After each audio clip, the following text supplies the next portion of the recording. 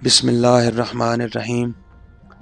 ناظرین، تاریخ کا مطالعہ کریں تو ہمیں معلوم ہوتا ہے کہ دنیا میں ایک ایسا بادشاہ بھی گزرا ہے جس کے زیر سایہ بہت بڑی تعداد میں ملک اور تقریباً 1000 کے قریب بڑے بڑے شہر آتے تھے، اور جس نے 300 سال دن رات لگا کر ایک ایسی جنت تیار کروائی اور اس جنت کو دیکھنا نصیب نہ ہوا۔ اس سے پہلے اپنے ناظرین سے گزارش ہے کہ ہمارے چینل کو سبسکرائب کر لیں تاکہ آنے والی ہر نئی ویڈیو آپ تک پر وقت پہنچ سکے۔ جی ہاں، آج کا ہمارا موضوع ہے شداد کی طرز حکمرانی، بادشاہت اور اس کی دنیا میں بنائی گئی جنت۔ اکثر مورخین نے شداد کا ذکر بھی حضرت ہود علیہ السلام کے ساتھ کیا ہے۔ اس کی وجہ یہ ہے کہ شداد بھی قوم عاد سے تھا، اور قوم عاد ہی کی طرف حضرت ہود علیہ السلام کو بھیجا گیا تھا۔ ناظرین، یہ قوم بڑی قد و قامت کی مالک تھی اور بہت جنگجو لوگ تھے۔ تاریخ میں ایک عاد نامی شخص کا ذکر ملتا ہے جس کے 2 بیٹے تھے، ایک کا نام شدید اور دوسرے کا نام شداد تھا، اور یہ دونوں بادشاہ تھے، اور ان دونوں کی بادشاہت کا مرکز ملک شام تھا۔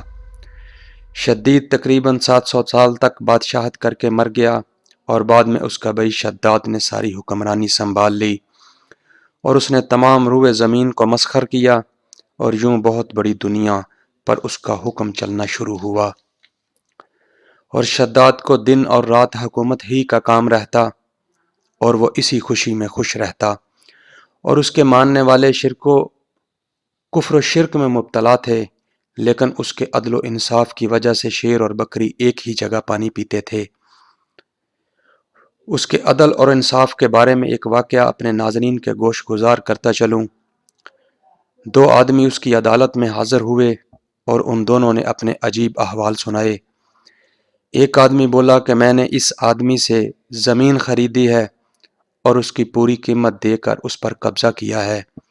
میں نے اس زمین میں اب تک ایک خزانہ پایا ہے، وہ خزانہ میں اس آدمی کو دے رہا ہوں، اور یہ مجھ سے لینے سے انکار کر رہا ہے، اور یہ کہتا ہے کہ میں نے یہ زمین تمہیں فروخت کر دی ہے۔ اب جو بھی اس زمین میں سے نکلے اس پر میرا کوئی حق نہیں۔ زمین خریدنے والا آدمی کہتا ہے کہ میں نے اس سے زمین خریدی ہے، نہ کہ خزانہ خریدا ہے۔ بادشاہ سلامت اس پر ہمارا فیصلہ کر دیں۔ شداد نے اس پر کیا خوب فیصلہ کیا۔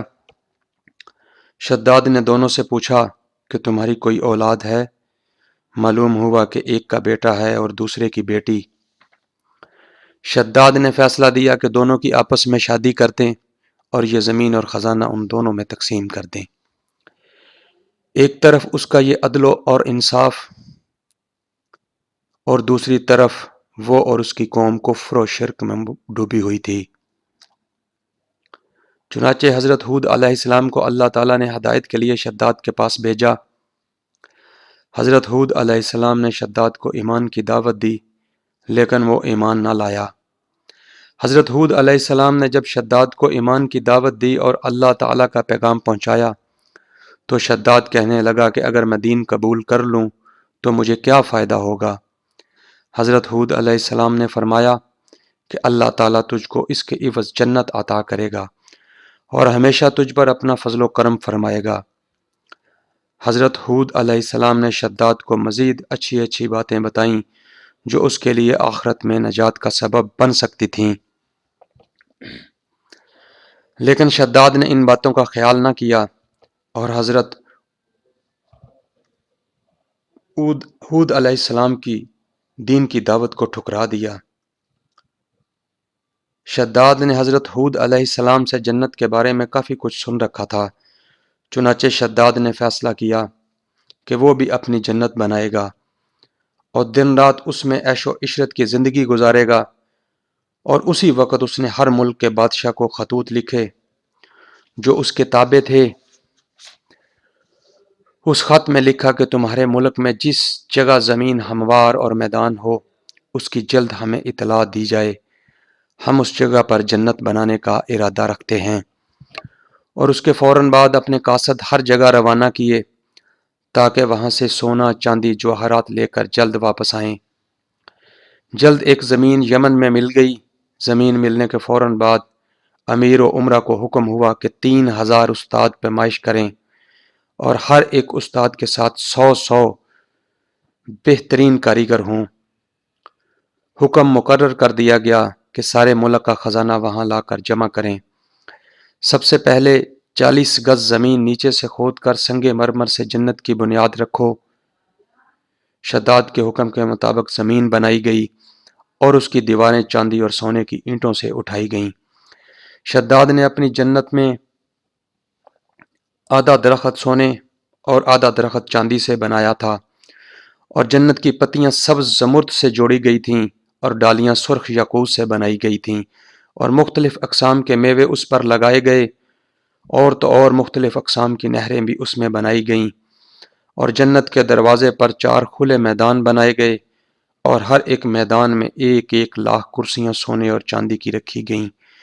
چنانچہ سالوں کی کوشش کے بعد جنت تیار ہو گئی، اور تاریخ میں 300 سال کا عرصہ بھی درج ہے کہ 300 سال لگا کر شداد نے یہ جنت تیار کروائی۔ شداد نے جنت دیکھنے کا فیصلہ کیا، لیکن قدرت کو کچھ اور ہی منظور تھا۔ شداد جب جنت کے دروازے پر پہنچا تو وہاں ایک شخص کو موجود پایا۔ شداد نے پوچھا، تم کون ہو؟ اس نے جواب دیا کہ میں ملک الموت ہوں۔ شداد نے کہا کہ تو یہاں کیوں آیا ہے؟ ملک الموت نے کہا کہ میں یہاں تیری جان لینے آیا ہوں۔ شداد نے کہا کہ مجھے ذرا مہلت دو تاکہ میں اپنی بنائی جنت دیکھ سکوں۔ ملک الموت نے کہا کہ خدا کا حکم نہیں ہے کہ تو اپنی بنائی ہوئی جنت دیکھ سکے، کیونکہ تمہارا انجام جہنم ہے۔ پھر شداد نے کہا، چھوڑ مجھے گھوڑے سے نیچے اترنے دو۔ ملک الموت نے کہا، نہیں۔ تب اسی حالت میں اس کا ایک پاؤں گھوڑے کی رکاب میں رہا اور دوسرا پاؤں اس کی جنت کے دروازے پر تھا، اور اسی وقت اس کی جان نکل گئی، اور آسمان سے ایک فرشتے نے ایک ایسی زوردار آواز کی کہ سب کچھ ختم ہو گیا، اور شداد کی جنت کو زمین کے نیچے دبا دیا گیا۔ یوں شداد اور اس کی جنت کو ہمیشہ ہمیشہ کے لیے زمین میں ختم کر دیا گیا۔ بے شک اللہ رب العزت کا حکم ہی ایسے تھا، اور اللہ کا حکم ہی سب سے بہترین ہے۔